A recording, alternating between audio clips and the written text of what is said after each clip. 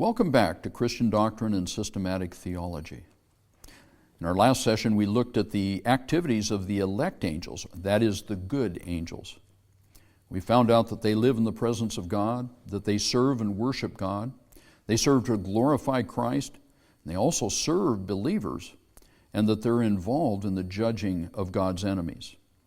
At the end of this lesson, you'll be able to discuss the existence and malevolence of Satan, tell the reasons for Satan's fall, discuss the extent and limits of Satan's power, describe the activity of Satan's angels, that is, the demons, tell the ultimate end of Satan and his evil angels. Yes, Satan is real. Satan is not simply a personification of evil. The Bible leaves absolutely no doubt as to his existence. Jesus leaves no doubt as to his existence and as to his personality. Jesus said, "You are the father, the devil, and the desires of your father you want to do." He was a murderer from the beginning and does not stand in the truth because there's no truth in him. When he speaks a lie, he speaks from his own resources, for he is a liar and the father of it. That's John 8:44. Now, there are a number of biblical names for the devil. First is Satan. That means the adversary. Of course, there's the devil. This simply means a slanderer. There's Beelzebub, which is the prince of devils or lord of the flies. Apollyon, the destroyer. Lucifer, a shining one or the morning star. He's called the prince of this world. He's called the god of this world. He's called the angel of the bottomless pit. He's called the prince of the power of the air, the spirit who now works in the sons of disobedience. That's Ephesians 2:2. He's called the dragon. He's called that old serpent. He's called the evil one. But originally, Satan was the most beautiful and powerful angel created. We read about him. You were in Eden, the garden of God. Every precious stone was your covering. The sardius, the topaz, and the diamond, the beryl, onyx, and jasper, the sapphire, turquoise, and emerald with gold. The workmanship of your timbrels and pipes was prepared for you on the day you were created. You were the anointed cherub who covers. I established you. You were on the holy mountain of God. You walked back and forth in the midst of the fiery stones. You were perfect in your ways from the day you were created until iniquity was found in you. It's Ezekiel 28:13 through 15. Scripture leads us to conclude that Satan was created as a cherub, and he was likely given the position of superiority among the angelic host. Perhaps he was the head of the whole universe in leading worship to God. But he fell. Ezekiel 28:15 says, "You were perfect in your ways from the day you were created till iniquity was found in you. Your heart was lifted up because of your beauty. You corrupted your wisdom for the sake of your splendor." For Satan, his exalted position was not enough. He wanted to be worshiped himself. And he broke out of heaven. War broke out in heaven. Michael and his angels fought with the dragon, and the dragon and his angels fought, but they did not prevail. Nor was a place found for them in heaven any longer.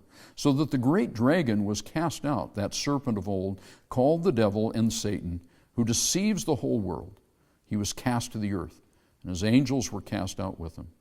That's Revelation 12:7 through 9. And another sign appeared in heaven. Behold, a great fiery red dragon having 7 heads and 10 horns and 7 diadems on his heads. His tail drew 1/3 of the stars of heaven and threw them to the earth. And the dragon stood before the woman who was ready to give birth to devour her child as soon as it was born. That's Revelation 12:3 and 4. Satan rebelled. And as a result of his rebellion, he fell. As a result of his prideful desire to be worshipped as God, he rebelled. How you were fallen from heaven, O Lucifer, son of the morning. You're cut down to the ground, you who weakened the nations, for you have said in your heart, I will ascend into heaven. I will exalt my throne above the stars of God. I will also sit on the mount, the congregation on the farthest sides of the north. I will ascend before the heights of the clouds, and I will be like the Most High. Isaiah 14:12 through 14. When Satan fell and rebelled, he took 1/3 of the created angels with him. And the time of that had to be before the fall of man. Satan's power, though, is great, but limited. Satan cannot operate outside God's permissive will. We see that in Job 1:2 and in Job 2:6. Satan can be resisted, but only by resting in God's power. Therefore, says James, submit to God, resist the devil, and he will flee from you. Now, evil angels, Satan's angels, we call them demons. They fell with Satan. We see that in Revelation 12:4. We also see that they can in some cases inflict disease, as in Luke 13:11 or Luke 13:16. They can influence our minds, 2 Corinthians 4:4, Ephesians 2:2. They can deceive people, and they can deceive nations, Ephesians 2:2 and Revelation 16:14. Satan and his demons, though, are absolutely destined for defeat. Matthew 25:41, 2 Peter 2:4, Jude 1:6 all talk about that. And then in Revelation 12:9, the devil who deceived them was cast into the lake of fire and brimstone, where the beast and the false prophet are, and they will be tormented day and night forever and ever. Well, Satan is very real. He is personal, he is malevolent, and he opposes God and his people. And Satan fell because of pride, and he took 1/3 of the angelic host with him.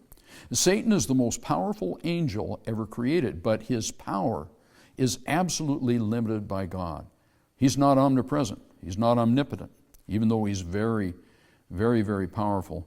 But he works through his evil angels, his demons. Satan has already been defeated, and he will spend eternity in the lake of fire. Now, Satan is absolutely opposed to everything God is and everything God does. But in a very real way, even in his absolutely malevolent opposition of God, he still serves God's purpose. Spend some time discussing this before we move on to our next session.